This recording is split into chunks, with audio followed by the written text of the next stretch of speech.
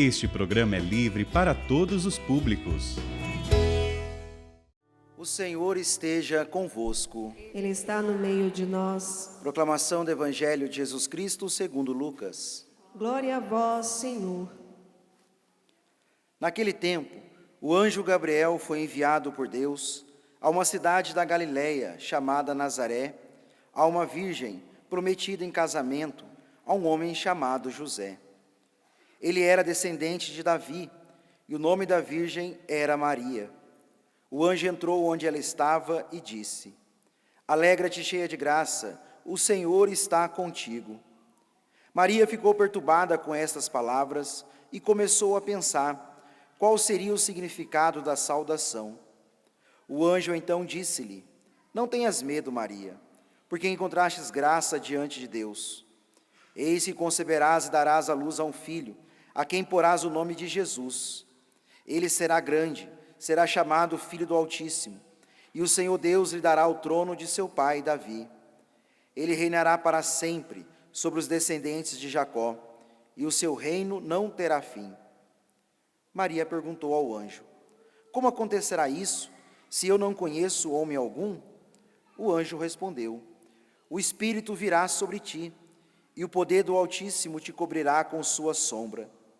Por isso, o menino que vai nascer será chamado Santo, Filho de Deus. Também Isabel, tua parenta, concebeu um filho na velhice. Este é o 6º mês daquela que era considerada estéril, porque para Deus nada é impossível. Maria então disse: Eis aqui a serva do Senhor, faça-se em mim segundo a tua palavra. E o anjo retirou-se. Palavra da salvação. Glória a vós, Senhor.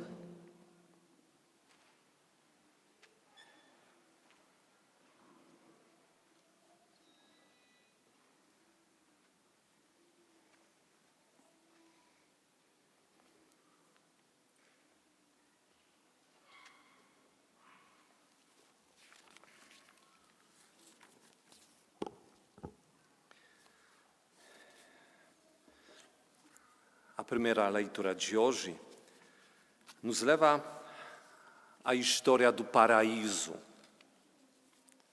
a história de um Deus amoroso e infinitamente bondoso, e a história de um homem que desconfia de Deus. Por isso, a primeira leitura de hoje mostra o que aconteceu por causa desta desconfiança. A história e o próprio ser humano foram corrompidos. O homem se esconde de Deus, ele se vê nu. Porque exatamente quando Deus o criou, ele o criou vestido de graça de Deus. Então nós sabemos que lá no início existia em nós a santidade original, que era a participação na vida divina. Era uma realidade a qual Deus nos convidou, uma vez convidando a humanidade à existência. Existia também a justiça original, que era uma harmonia interior. O homem não brigava consigo mesmo. Existia também a harmonia entre o homem e mulher.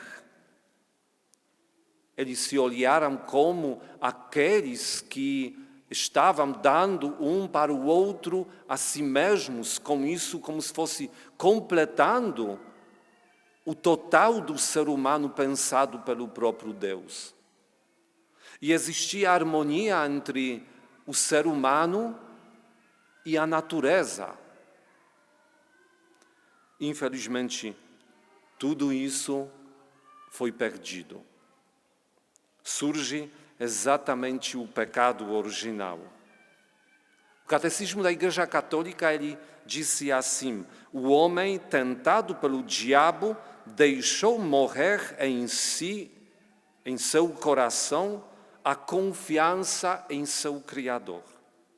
O homem preferiu a si mesmo a Deus e, com isso, menosprezou a Deus, optou por si mesmo contra Deus, contrariando as exigências de seu estado de criatura e, consequentemente, o seu próprio bem. Ou seja, prejudicou a si mesmo, querendo melhorar o que Deus fez perfeito, acabou prejudicando a si mesmo e prejudicando toda a criatura e todas as futuras gerações. E nós entendemos que esta consequência do pecado está em nós. E mais ainda, que em cada pecado se repete a mesma coisa que aconteceu na história do Adão e da Eva. Perante Deus, perfeito no seu amor, na sua, inclusive, doação a todos nós, o homem prefere suas ideias, suas prioridades, planos. O homem confia em si mais do que em Deus. E cada pecado, como nós sabemos, traz prejuízo para o próprio ser humano, para a sua própria história, está aqui neste mundo, também história perante a eternidade, e prejudica todos os outros. Mas como nós ouvimos nessa primeira leitura, o próprio Deus, perante este acontecimento, logo agiu, trazendo a promessa. Nós chamamos ela de proto-evangelho. Porém, inimizade entre ti e a mulher, entre a tua descendência e a dela. Esta te ferirá a cabeça e tu lhe ferirás o calcanhar. E assim, nós, pelos méritos do próprio Cristo, fomos resgatados. O próprio Cristo iniciou em nós a obra da nossa salvação e nós já recebemos as graças necessárias para esta obra em nosso batismo. Nós fomos abençoados com a bênção do seu Espírito em virtude de nossa união com Cristo no céu, como escutamos na segunda leitura de hoje da carta aos Efésios de São Paulo. E Maria, ela foi preservada da mancha do pecado original no primeiro instante de sua concepção. E ela, claro, colaborou durante a vida inteira com o próprio Deus.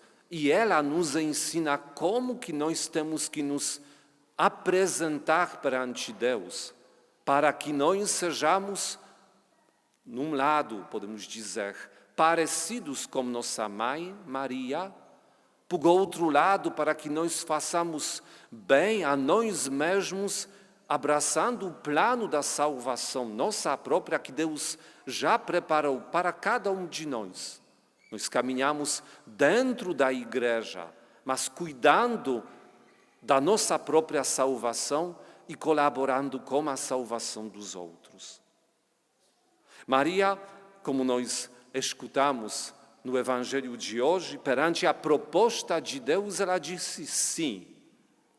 Mas não era um sim vazio, apenas um sim de concordar. Ela disse: faça-se em mim segundo a tua palavra, mostrando assim uma profunda confiança em próprio Deus. Como se fosse, ela disse: Deus, faça acontecer a sua vontade na minha vida. E ela nos ensina a mesma postura, para que nós possamos, exatamente como ela, abraçar a nossa vocação nesta plena e profunda confiança em próprio Deus. Qual é a nossa mais importante vocação? Todos somos vocacionados a amar. O amor é a regra da nossa existência, da nossa vida, é a regra da eternidade. Somos convidados a amar. E este amor, obviamente, como primeira vocação, está também na base de todas as outras vocações. Não tem como ser bom marido, boa esposa, sem colocar o amor como base nessa relação. Não tem como ser padre religioso sem colocar o amor a Deus e, por causa de Deus, ao próximo como base da vivência desta vocação. Então, que nós hoje possamos pedir, pela intercessão de nossa Mãe Maria, a mesma postura que ela assumiu perante o próprio Deus. Que Deus possa realmente agir em nós, porque nós nos abrimos para que a graça nele haja e com ela que nós possamos ser firmes, fortes nas nossas lutas diárias, como também naquela luta final, porque todos nós temos como meta a casa do Pai, a casa onde Deus quer estar conosco por toda a eternidade. Então, se nós confiamos em Deus, acreditamos nas promessas dele e queremos, de fato, ser parecidos com nossa Mãe Maria, que cada um de nós possa hoje, com muita firmeza, dizer no seu coração: Senhor, faça acontecer a sua vontade na minha vida. Amém.